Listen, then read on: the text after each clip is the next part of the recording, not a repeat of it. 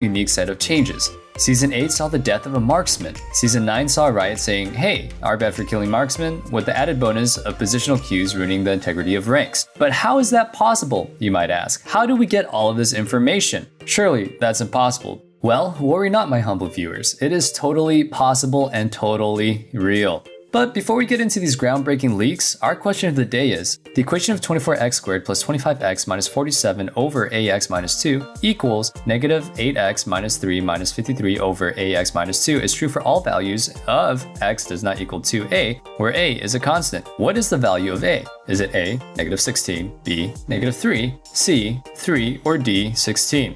And if you guys have actually followed that equation all the way through, then I'm sure that you can follow my Instagram or TikTok at Nathan_ing. Remember, no calculators or we will call the cops. Anyway, let's jump right into the video.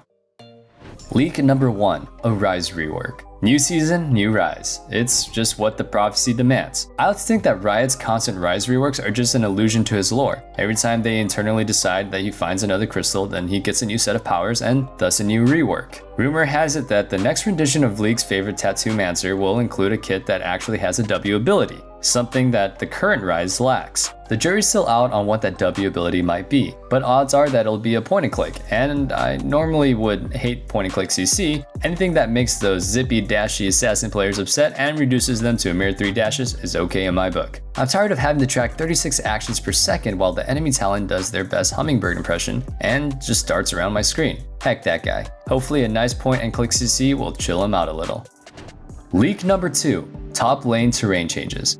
Alcos have been a wildly and totally non-arbitrary successful part of Season 10, and Riot's only received 100,000 videos showcasing how silly and abusable they are. Since that only makes up for a small, teeny minority of the player base, Riot is taking the lack of response as affirmation from the silent majority, as well as appealing to the top lane mains of League who wish that they had more agency. Starting with Season 11, there will be an impassable wall blocking off top lane from the rest of the map. It will be prolonged in a 1v1 arena until the 6-minute mark, when each side of the lane will have portals open that transport top laners to the mid lane and bot lane.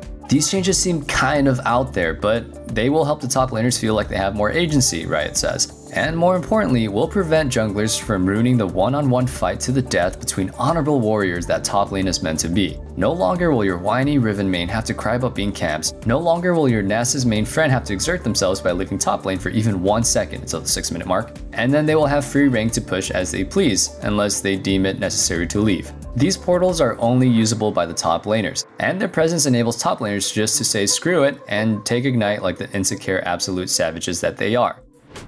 Leak number 3, Eternals.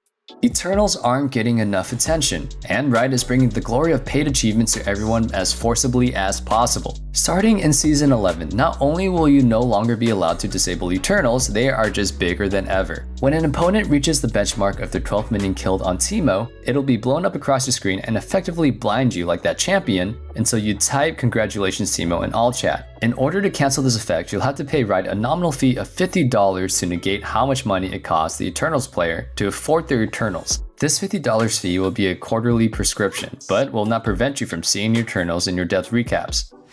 Leak number 4, Marksman removed from the game. Riot has previously made it known that they feel the AD carry position is entitled to its own existence. Where patch 8.11 failed, Season 11 will succeed. All marksmen, except for Jhin, will be removed from the game. We'll get back to this in a second. It's super unfair that marksmen can just bully top laners, said a Silver 4 rider who mains Maokai. We're just gonna wipe the class and call it a day. Another rider commented, it's taken assassins more than 1.37 seconds to delete marksmen, and that's just unsalvageable. According to our sources, if you even type the name of a former marksman champion in your champion select, the game will do one of two things. It'll either crash or auto-select a full crit Garen for you to show you how the game is meant to be played.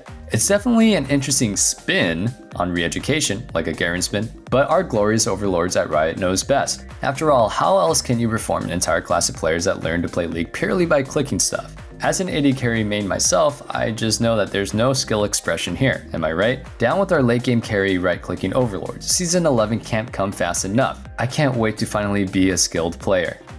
Leak number 5, Riot's take on Chutes and Ladders.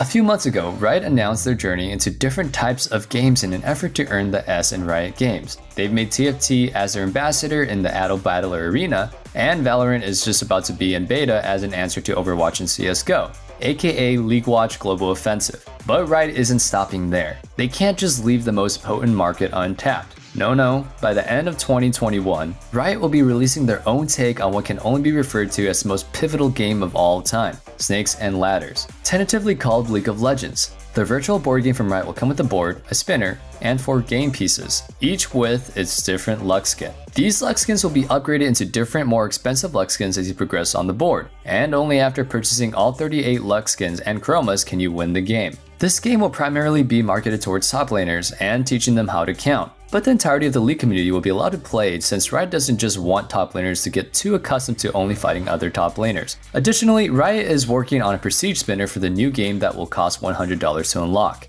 It works the exact same way as a normal spinner, but it's crudely spray painted gold, which leads us to leak number 6. Leak number 6, Prestigier skins.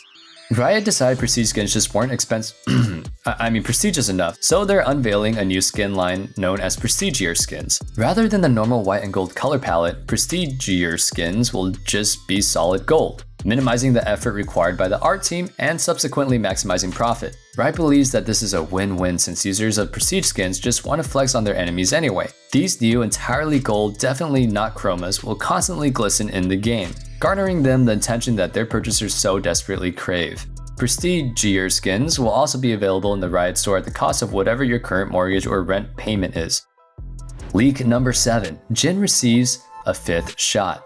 With leak number 3, you may have been wondering why Jhin was the exception. Well, we're here to tell you why. Jhin will be receiving a 5th shot in his gun in Season 11, which is why he's the last marksman standing. After his 4th shot, Jhin will no longer be able to auto-attack since 5 is such an imperfect number. The same rule applies to his ult, so that after he's shot his 4th ult charge, he can't use it ever again. This makes it so Jhin can only use his grenades, traps, and root, without all that pesky carrying potential that makes marksman such a necessary target to oppress. If the player attempts to auto-attack a 5th time, Jhin will fall to his knees and have an existential crisis as he forgot what comes after the number 4. This will effectively CC him for the remainder of the game and keep him in the fountain, out of play, and where all marksmen belong. Leak number 8. Akali receives true health to replace true stealth. Riot is tired of this eternal dance with balancing Akali. Too strong, too weak, somewhere in between, forget it. She released with True Stealth, a mechanic that most of the League community mocked, but in the interest of keeping Akali relevant, fair, balanced, and rhyming, Riot is instead giving her True Health. With True Health, Akali can't take any damage. Her health bar always stays the same. This frees up some room in her kit to put more power into her abilities. Akali will also be receiving a 3rd, 4th, and 5th proc in her ults to make up for the notable lack of power in her kit lately. This may strike you as unbalanced and unfair, but don't worry, she'll be receiving a -5 movement speed buff to compensate. Leak number 9, new champion Waluigi the Forgotten Brother. It finally happened. Waluigi got tired of waiting for his letter in Smash, and he is instead joining the League of Legends. According to the champion design team, Waluigi is more powerful and anti-fun than every Serenity T champ combined, and a crime against God. His Q, Tennis Racket, will allow him to repel skill shots back to the original caster. His W, Cart, lets him enter his cart and roam the map with a large increase in movement speed. While Waluigi is in the cart, item boxes will appear in the jungle and he can pick up these items like some godforsaken combination of Zoe's W and Bard's Chimes. His E, Soccer Ball Kick, is a skill shot that launches a flaming soccer ball that ricochets between enemies and stuns whoever it hits. If the ball lands in the alcove, the enemy team is instantly executed and aced, as they deserve for leaving Waluigi unbanned. Waluigi's ult is still in development, but they're having a hard time containing Waluigi's unlimited power with one single ultimate ability. Perhaps most importantly, his name was spelled in the leak as Waluigi, a usage of 2 A's in a row, suggesting that he is a Darkin. His cart is also spelled with 2 A's, so I for one am looking forward to hearing Waluigi's cart perspective as a Darkin automobile. Perhaps this use of technology means that we'll finally be receiving our first ever Darkin from Piltover, but only time will tell. We've revealed a lot of seemingly absurd information to you, but perhaps the craziest of all is this. Riot has created a client improvement task force. They're going to make the client, and stay with me on this, not only functional, I know it sounds a little bit far-fetched, but stay with me here, not only functional, but optimal, they say. I kid you not, they're talking about such lofty goals as, but not limited to, a friends list that actually works, a friends list that actually sorts correctly, No more champion select blockouts so you lose LP for forced dodges. No more inability to pull up your rune page and edit them before the game starts. A store that isn't experiencing technical issues every few weeks. I mean, imagine that. Imagine if that was a real thing. A functioning client that makes the game work as it's expected to work. Wouldn't that be something? I mean, what a world would that be? No pointless losses of LP, no confusion about why your friends' folders are always in the wrong order, and no miscommunications during champ selects because the messenger system is down. Truly wild stuff to think about. Leak number 11. Nathan's pickup lines work. Wait, what? No, they do work, no? Well, let me read this. Riot themselves have decreed that cringe, what? League pickup lines now are attractive. Were they not before? This is a huge buff to Nathan, and we can expect him to have a girlfriend in the immediate future. That is all. There's to season 11, Nathan. Who wrote this script? I mean, thanks, I guess. My pickup lines are great, aren't they?